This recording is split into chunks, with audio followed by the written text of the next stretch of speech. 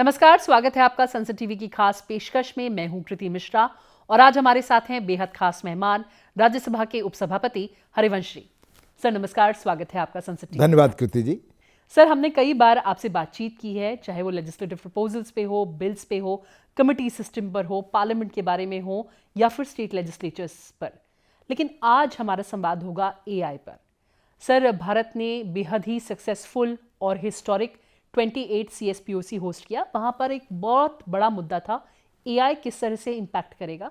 तो आज हम चाहेंगे कि एआई पर आप अपना पर्सपेक्टिव हमारे साथ शेयर करें और सबसे पहले जानना चाहूँगी कि ग्लोबल लीडरशिप में आप भारत को कहाँ पाते हैं एआई के क्षेत्र में? बहुत ही अच्छी तरह से CSPOC का आयोजन भारत में हुआ और दुनिया ने देखा।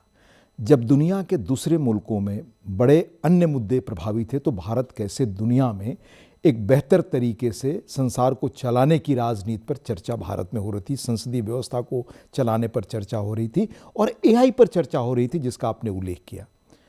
2014 के बाद जिस प्राथमिकता के साथ आदरणीय प्रधानमंत्री नरेंद्र मोदी जी के नेतृत्व में भारत टेक्नोलॉजी में दुनिया का सिरमौर और अगुवाई करने के लिए लगातार काम कर रहा, वो उल्लेखनीय है। और कई चीज़ों में इतने कम समय में, आप याद रखें, प्रधानमंत्री जी कहा करते हैं और ये फैक्ट है कि 77 के बाद दुनिया जब इन क्षेत्रों में, जिसका आपने उल्लेख किया, हमारे पड़ोस के देश लंबी यात्रा शुरू कर रहे थे, तो हम उस मोर्चे पर निष्क्रिय थे। मैं ये शब्द इस्तेमाल करूंगा। ये सारा प्रयास बड़े पैमाने पर शोध का हो, बड़े पैमाने पर साइंटिफिक इन्वेंशन का हो, स्टार्टअप्स का हो, हमारे देश के लोगों के जीवन का हिस्सा इनोवेशन बने, साइंटिफिक रिसर्च बने, ये तो कल्चर 14 के बाद शुरू हुई। मैं उसमें उल्लेख करना चाहूँगा 2-3 माइलस्टोन जो दुनिया जिस पर आज गौर कर रही है। यूनिफाइड पेमेंट सिस्टम, जिस तरह से हमारे यहाँ डिजिटल पेमेंट की व्यवस्था हुई, जिसमें बिलियन डॉलर्स के पेमेंट रोज हो रहे हैं, ये दुनिया जब आकर देखती है तो यकीन नहीं होता। आपने ये खबर देखी होगी कि दुनिया के कई मुल्कों के राष्ट्राध्यक्ष, मंत्री जब आते हैं, मामूली वेंडर्स के यहाँ जाते हैं, चाय पीते हैं, सब्जी खरीदते हैं, जब पेमेंट करते हैं तो they are simply shock to know कि वो देश जिसके बारे में उनका परसेप्शन था कि ये अंधविश्वास का देश, ये पिछड़ा देश, ये साधु और सपेरों का देश, यहाँ इस किस्म से, इस रूप में टेक्नोलॉजिकल अचीवमेंट्स कम समय में हो सकते हैं। उसी तरह कोविड आया, आपने गौर किया, दुनिया में यकीन नहीं था लोगों का भारत टीका बना सकता है, पर Indian council of medical research के हमारे प्रोफेसर बलराम भार्गव ने वो किताब लिखी है, भारत में टीका बना कैसे।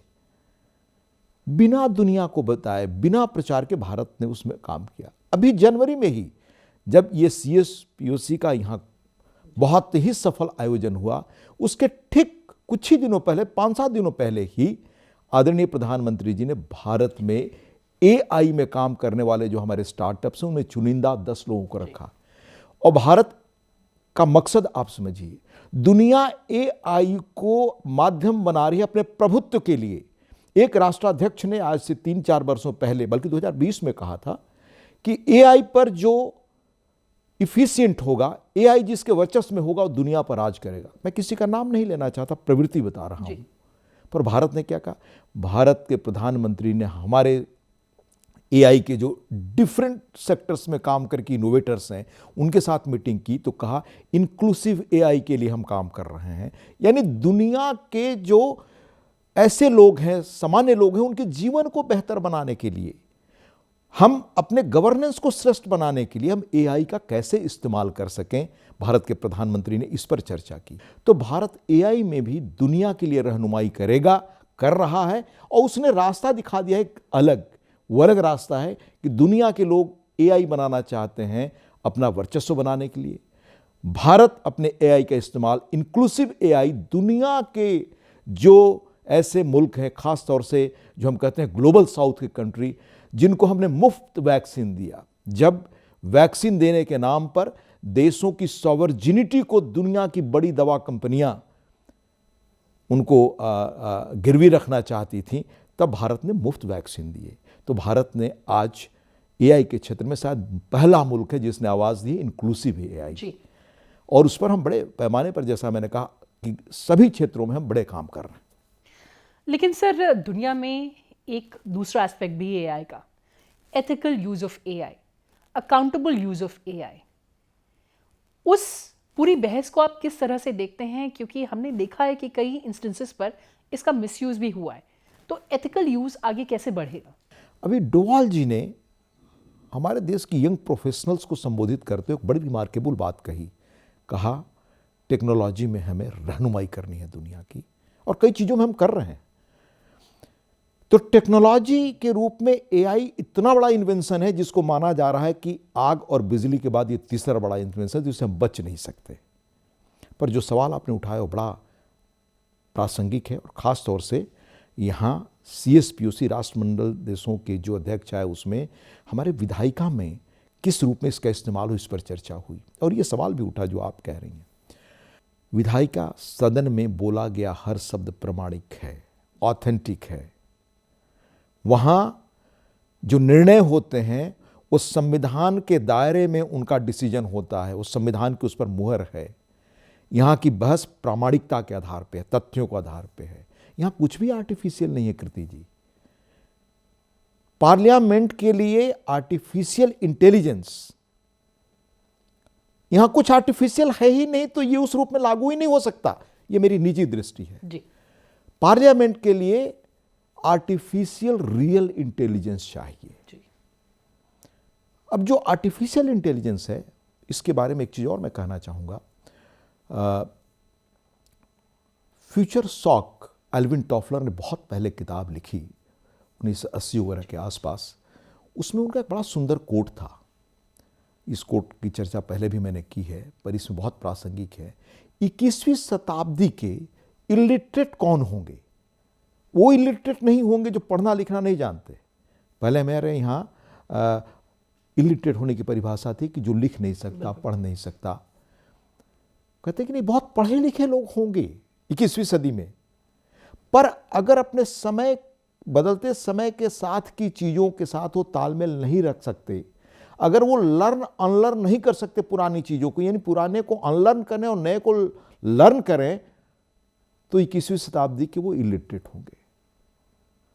तो मैं इलिटरेट ना रहूं, इसलिए थोड़ा समझने की कोशिश करता हूं। पर फैक्ट यही है कि इस टेक्नोलॉजी से हमें तालमेल विधायिका को भी बैठाना होगा, हमारे हर एक पार्षद तक, यानी 3 टायर जो हमारी सिस्टम है वहां तक हमें सबको इसके बारे में जानना चाहिए। इसमें इसकी रहनुमाई विधायिका को करनी चाहिए। सरकार के पहले विधायिका लोगों के पास पहुंचती है, उस पर मैं चर्चा आपसे करूंगा। तो जैसा मैंने कहा कि पार्लियामेंट में ऑथेंटिक रियल आर्टिफिशियल इंटेलिजेंस है। अब आर्टिफिशियल इंटेलिजेंस, ये निजी आर्टिफिशियल इंटेलिजेंस या इसका एल्गोरिदम प्राइवेट मतलब सेक्टर से या इसके लार्ज जो लैंग्वेज मॉडल्स है, ये प्राइवेट सेक्टर की देन है। बहुत अच्छी चीज़ है, इसका बहुत अच्छा उपयोग हो सकता है, पर हमको हमारी परिस्थितियों में हमें उपयोग करना पड़ेगा। उनकी बनाई हुई चीज़ को हम अपने यहाँ उसी रूप में ले लें, ये संभव ही नहीं है। टेक्नोलॉजी को हम देखें तो 2 तरह से हमें देखना चाहिए। पहला, इस टेक्नोलॉजी स्किल है मेरी दृष्टि में। जैसे मैं कंप्यूटर नहीं जानता हूँ, सीखा उसको, अपने स्किल को डेवलप की, लेकिन उसके पीछे मेरा नॉलेज है चीज़ों को समझने की। तो विधायिका का अपना एक डोमेन है, विधायिका की अपनी एक ज्ञान संपदा है, हमारी परंपरा है। हमारे संविधान में जो चीज़ें बहस हुई हैं वो एक लंबे, हमारे हजारों हजार वर्ष की परंपराओं के संदर्भ में वो चीज़ें विकसित हुई और लोगों ने देखा। तो जब तक उससे संबंधित महत्वपूर्ण डाटा हमारे उस आर्टिफिशियल इंटेलिजेंस जिसे आप कहते हैं उस एल्गोरिदम में उनका प्रभुत्व नहीं होगा, तब तक हम सही चीज़ें नहीं दे सकते। CSPOC इसमें चर्चा हुई, कई लोगों ने बहुत सुंदर इस पर बोला। अल्बानिया में एक डिजिटल असिस्टेंट के रूप में डेलिया नाम की एक टूल को डेवलप किया गया AI से। इसका काम क्या था? पब्लिक ग्रीवांस को अटेंड करना। दूसरा था कि पब्लिक सर्विसेज में जो सेवाएं हैं उनको इफिशिएंट बनाना। खरीद जो सरकार की होती है उस करप्शन को कैसे हम रोक सकते हैं, और लोगों से संवाद करना। इस तरह के काम उसको डेलीगेट किए गए कृति जी, और वो इतना इफिशिएंट रहा, इतना बेहतर रहा कि 2025 में एक चमत्कार जैसा हो गया। प्रपोजल आया कि इसको मंत्री बना दिया जाए। अच्छा। और जब मंत्री बनाने का प्रपोजल आया तो लोगों ने देखा ये तो डेलिया एक एल्गोरिदम है। तो एक मशीन मंत्री बने, ये प्रस्ताव आ गया। पर मतलब आप समझ सकते हैं कि इस तरह की चीज़ें जो आप कह रही हैं कि इथिकल सवाल पर काम किया कानून ने कहा कोई मंत्री बन नहीं सकता। हमारे यहाँ गांधी ने बहुत पहले कहा था मशीन वर्सेज इंसान के बारे में कि इंसान के वर्चस्व में मशीन रहे, पर वहाँ के कानून ने इससे रोका। इनोवेशन के बगैर कोई समाज भविष्य बना नहीं सकता कृति जी, पर उस इनोवेशन पे ओवरसाइट इंसान का चाहिए। जो आरंभिक एआई है आज की तारीख में, इसमें बड़ी गंभीर गलतियां हैं। जैसे तकनीकी भाषा में हॉल्यूनेशन जो कहते हैं, माने जो भ्रम पैदा कर देना, कौन सी चीज़ सही है कौन सी गलत है और क्या है।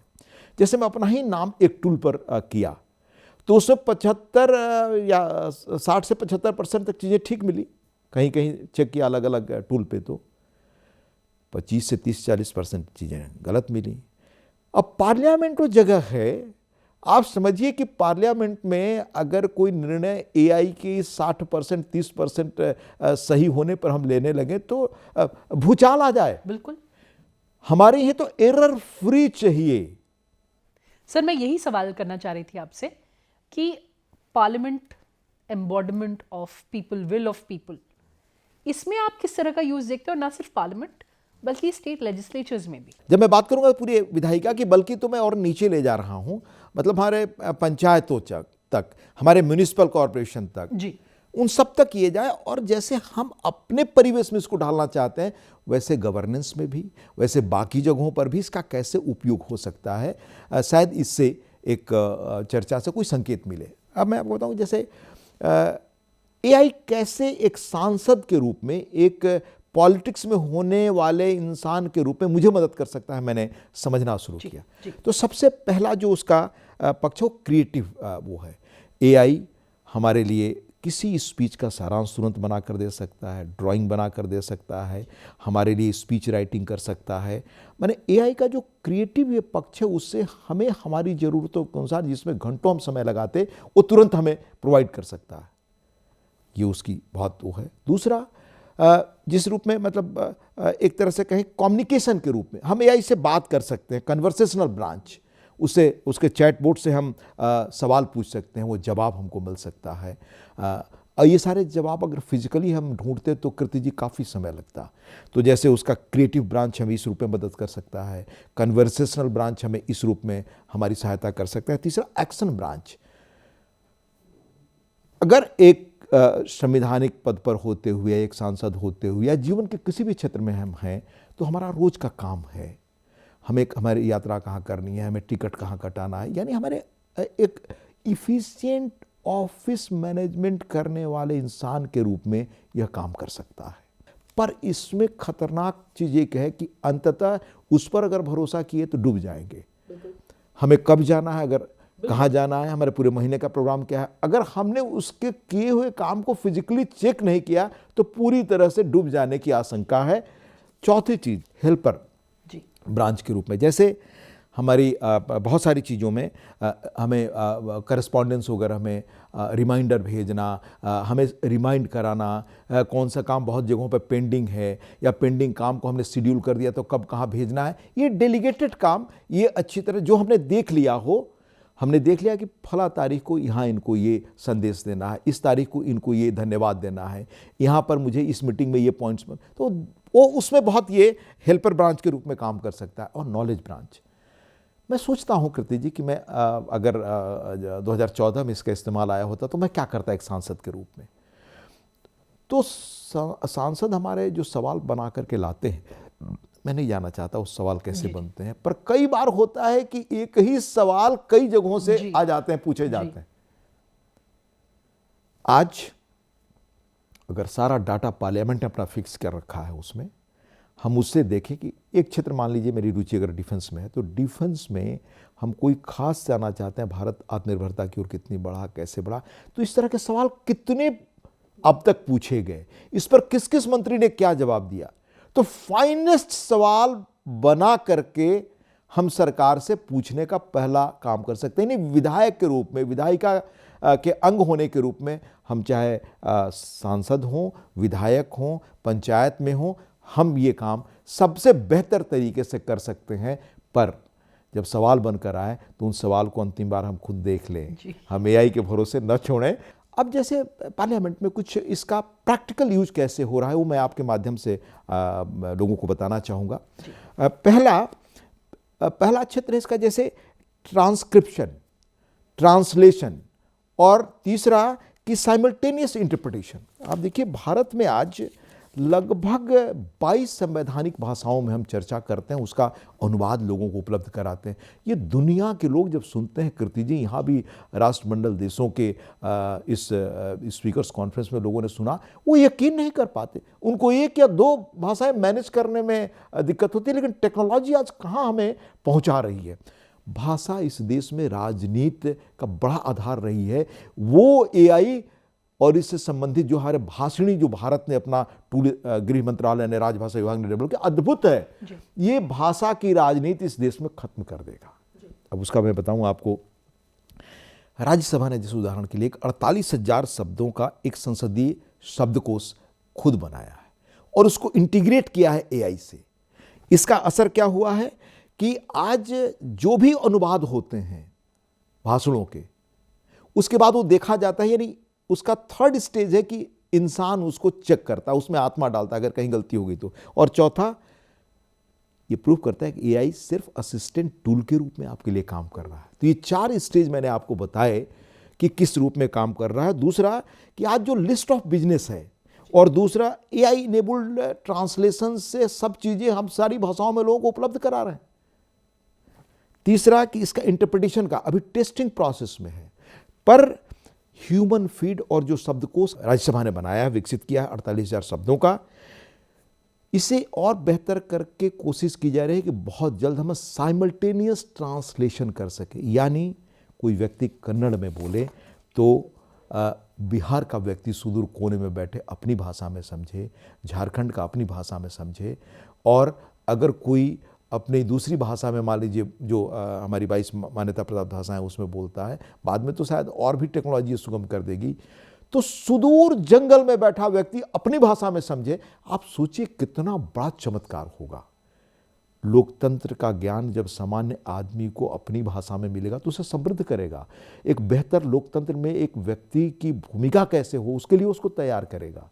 एक आम नागरिक अगर आज जानना चाहता है कि हमारी संसद में विश्लेषण किस तरह का होता है या किन किन चीज़ों पर बहस होती है, तो सारा डाटा से वो निकाल सकता है, आज देख सकता है कि किस रूप में क्या काम हो रहे हैं। और एआई संसदीय डाटा हर मंत्रालय के काम पर बेहतर निगरानी रखने के लिए काम करेगा। ह्यूमन ओवरसाइट, यानी मैं बार बार कह रहा हूं, मानव निगरानी के अंतर्गत एआई का काम, जो गांधी ने भी हमारे यहाँ कहा था, मशीन नहीं इंसान उसका प्रभुत्व दे। तो पश्चिम का जो ये मशीन एआई टूल, ये बड़ा आविष्कार है। इसको हम अपने परिवेश में अपनी ज़रूरतों के अनुसार कैसे ढाल सकें, तो एक रूप में कह सकते हैं कि एआई हमें कुछ करना है तो पहला ड्राफ्ट देता है, लेकिन ये जो भी इंसान चाहे इसका अनुवाद कर रहा हो या हम इससे जो सवाल पूछना चाहते हैं, तो इसमें आत्मा हम डालते हैं। हम लगातार विकसित भारत के गोल की बात कर रहे हैं। आपने पार्लियामेंट में यूज़ बताया एआई का। विकसित भारत जो हमारा विजन है, हमारा सपना है 2047 तक, उसमें आप एआई का रूप कहाँ देखते हैं, उसकी कितनी उपयोगिता देखते हैं? बहुत पहले मैं लगभग 2-3 साल हो गए, एक पुस्तक पढ़ी थी, मैं नाम याद नहीं कर रहा हूँ, कोई मिस्टर नीलकंठन थे। उन्होंने कि साउथ वर्सेस नॉर्थ, ये स्टेट्स के डेवलपमेंट के बारे में, कि भाई साउथ के स्टेट्स किन वजहों से बहुत तेज़ी से आगे बढ़े, नॉर्थ के स्टेट पीछे रह गए। या आपको याद होगा बहुत पहले ये बीमारू स्टेट्स की अवधारणा आई। आज भी सबसे बड़ा वो है रीजनल डिसेबिलिटी, कुछ राज्य बहुत आगे हैं, कुछ पीछे हैं। उसमें एक बड़ा इम्पॉर्टेंट था, वो किसी जाने माने टेक्नोलॉजिस्ट की ही लिखी पुस्तक थी, जहाँ तक मैं याद कर रहा हूँ नीलकंठन कुछ नाम था। कहा कि एआई वो अवसर देता है कृति जी, कि मान लीजिए उदाहरण के लिए ए राज्य आज की तारीख में बी राज्य प्रोग्रेस के जिस स्टेज पे खड़ा है वहाँ पहुँचने में एआई को लगता है 40 वर्ष भी लगेगा बी के पास पहुँचने में। पर एक्सपर्ट्स कह रहे हैं कि एआई आपको इनेबल कर सकता है कि वो 40 वर्ष की यात्रा 5 या 10 वर्षों में पूरा कर सकते हैं। ये मेडिसिन में, इलाज में, एजुकेशन में, गवर्नेंस में, ये इस ढंग का काम करेगा जिसकी कल्पना नहीं की जा सकती। आप उस परिदृश्य की कल्पना करिए। आज एआई ने इनेबल किया, अब भारत बड़ी तेजी से, जैसा मैंने बताया पार्लियामेंट में हमारे यहाँ कैसे हम काम कर रहे हैं, हमारे काम को सुनकर के मुझे बोलने का मौका मिला था CISPOC के एक उसमें एआई पर ही। हमने जब भारत का काम बताया, हमने जब भाषणी का अपना काम बताया, तो मतलब लगभग सारे लोग उन्होंने अप्रिशिएट किया और वो जानने को उत्सुक थे कि कैसे ये काम हो रहा है। क्योंकि जो मैंने लेख के माध्यम से कहा, हर एक की सच्चाई अलग अलग है और हर एक का फैक्ट्स अपने साथ अलग है, पर ये आज सब एक मंच पर आ जाएगा। अब कल्पना करिए लेजिस्लेटिव डाटा लेक की। आप देखते हैं कि सारे दस्तावेज, रिपोर्ट, जो रिपोर्ट लिंक होती है, चाहे पार्लियामेंट में होती हो, चाहे विधायिका में होती हो, ये सारे मतलब सरकार के मुहर लगे हुए, गवर्नमेंट ऑफ इंडिया के ये प्रमाणिक दस्तावेज हैं। पर अगर आप इनको एक साथ लाना चाहते हैं, ऑडिट रिपोर्ट सब कुछ, पर अगर आज ढूंढना चाहे तो अलग अलग मंचों पर हैं। कब कितने ऑडिट रिपोर्ट्स आए, कब कितने किस मंत्रालय ने अपने पेपर ले किए और किस चीज पर ले किया, अगर ढूंढना चाहे तो आपको मैंने आप you can not even imagine and think it is possible. पर अगर वो रोज ये सारी चीजें हम एआई लेजिस्लेटिव डाटा लेक तैयार कर दें, पूरे देश में आज तक ये यूनिफाइड एआई पार्लियामेंट्री इंटरफेस पर ला दें, तो पूरे देश में आज तक कितने पेपर ले हुए, किस चीज़ के बारे में कब ले हुए, ये सब संभव हो गया। साइंस फिक्शन में नहीं कह रहा हूँ, हमारे आर्काइव्स में सब चीज़ें अलग अलग मौजूद हैं। इनको एक जगह लाकर संवैधानिक जनादेश जो पहले से मौजूद है, एक जगह हमें लाना है और एक साथ लाने वाला प्लेटफॉर्म आज मौजूद है। हमें चाहिए कि पंचायतों तक, हमें चाहिए कि हमारे विधायिका तक, हम विधायिका के लोग, हर चीज सरकार तो अपना काम कर रही है, हम ये मनोबल बनाए। आज एआई क्या कर सकता है कृति जी, सबसे पहला काम विधायिका से जुड़े लोगों का है कि इतना बड़ा परिवर्तन आपके दरवाजे पर आहट दे रहा है, पर इसके उपयोग के लिए सावधानी क्या चाहिए और हमें करना क्या है।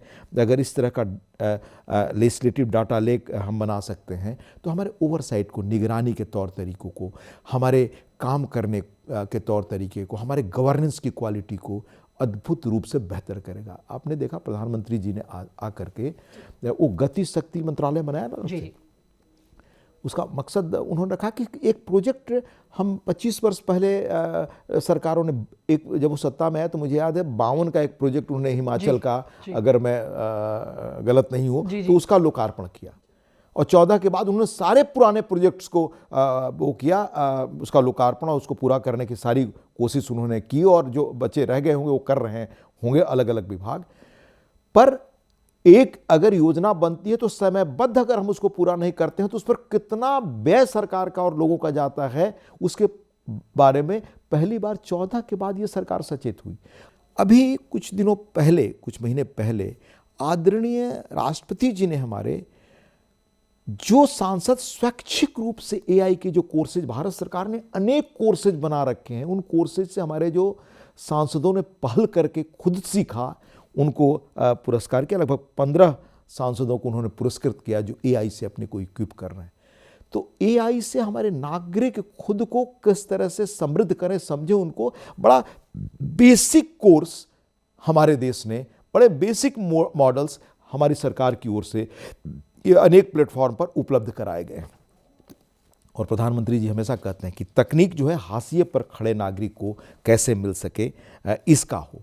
हमारे देश में एआई के जो जोहो के फाउंडर हैं, उनका बड़ा दिलचस्प, बेम्बू जी का एक बयान पढ़ रहा था, कैसे एआई क्षेत्र में स्वदेशी रूप से हम नए ढंग से काम कर रहे हैं। उसमें मेरे लिए भी एक नई सूचना ये थी कि एआई के संचालन के लिए एनवीडिया जो कंपनी है, दुनिया की सबसे प्रतिष्ठित कंपनी में, वो चिप्स उपलब्ध कराती है, और भारत को सिर्फ 50,000 चिप्स मिलते हैं कृति जी। चिप्स का कोटा है, जबकि ओपन एआई को और ग्रोक को लाखों चिप्स हैं। आपके पास अपार पैसे हों, पैसे से आप नहीं खरीद सकते उसको। तो बड़ा अच्छा उन्होंने कहा कि भाई हमें स्वदेशीकरण की तरफ कैसे तेजी से बढ़ना, और भारत यही कर रहा है। 14 के बाद सारी चीज़ों में स्वदेशी और आत्मनिर्भरता की हम कैसे बढ़ें, उसमें उन्होंने 2 डाटा दिया जो मुझे बड़ा अपीलिंग लगा। ये काम लेकिन करने के लिए हम हमारे गांव के प्रधानों से लेकर विधायकों से लेकर हम संसद में रहे लोगों को इसकी अगुवाई करनी पड़ेगी। हम सरकार से अपेक्षा क्यों करें? क्योंकि विधायिका का काम है जनमत बनाना। हम जनता के ज़्यादा करीब चुन करके आते हैं, तो हमारा दायित्व ये है कि हम करें। इससे हमारी व्यवस्था को, सरकार को बहुत सहयोग मिलेगा कि हम दुनिया में जो काम 14 के बाद हो रहा है, जो काम 77 से होना चाहिए था, उसमें जो हम पीछे छूट गए हैं, हम वो शायद गति प्राप्त कर सके। इसमें विधायिका की भी बड़ी अहम भूमिका है। और एआई का एक और मैं उल्लेख आपको करूं, जैसे कई बार होता है कि मैं किसी चीज़ पे काम कर रहा हूं, तो अपने किसी साथ काम करने वाले व्यक्ति को कहा कि इस चीज़ को बहुत अच्छी तरह टाइप करें, इसको इस तरह रूप में करें। एक बार बड़ा दिलचस्प प्रकरण हुआ कि एक व्यक्ति जिनसे मैं इस तरह का काम लेता था, उन्होंने कहा, मैंने कहा कि ये टाइप आपने कर दिया? तो उन्होंने कहा कि सर मुझे तो ये देखने का मौका ही नहीं मिला, क्योंकि इतनी चीज़ें टाइप करता हूँ कि क्या कर रहा हूँ ये याद ही नहीं है जी। तो जो ये काम की थकान है, इसका उत्तर है एआई जी। कहते हैं हर समाज में एक निगेटिव फोर्स होता है, वो बात करते हैं कि एआई आएगा तो नौकरी चली जाएगी। जी।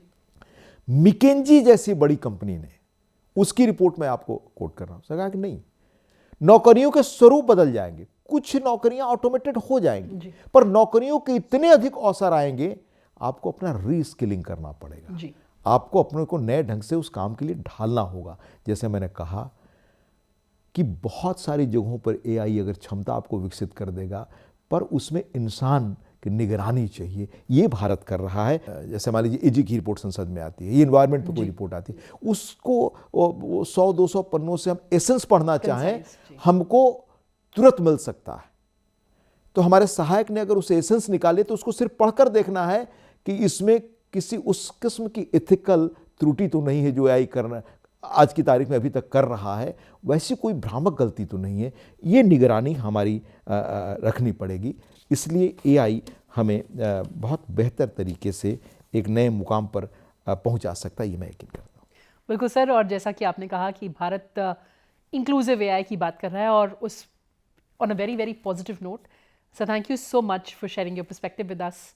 और ये बेहद ही महत्वपूर्ण कॉन्वर्सेशन रहेगा, और आगे किस तरह से पॉलिसी शेप होंगी, आई एम श्योर बहुत अच्छा आपने विजन हमसे साझा किया।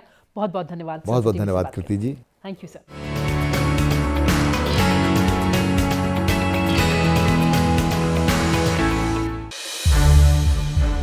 संसद टीवी के और भी प्रोग्राम्स देखने के लिए सब्सक्राइब करें हमारा YouTube चैनल, और हाँ, इन्हें लाइक और शेयर करना ना भूलें।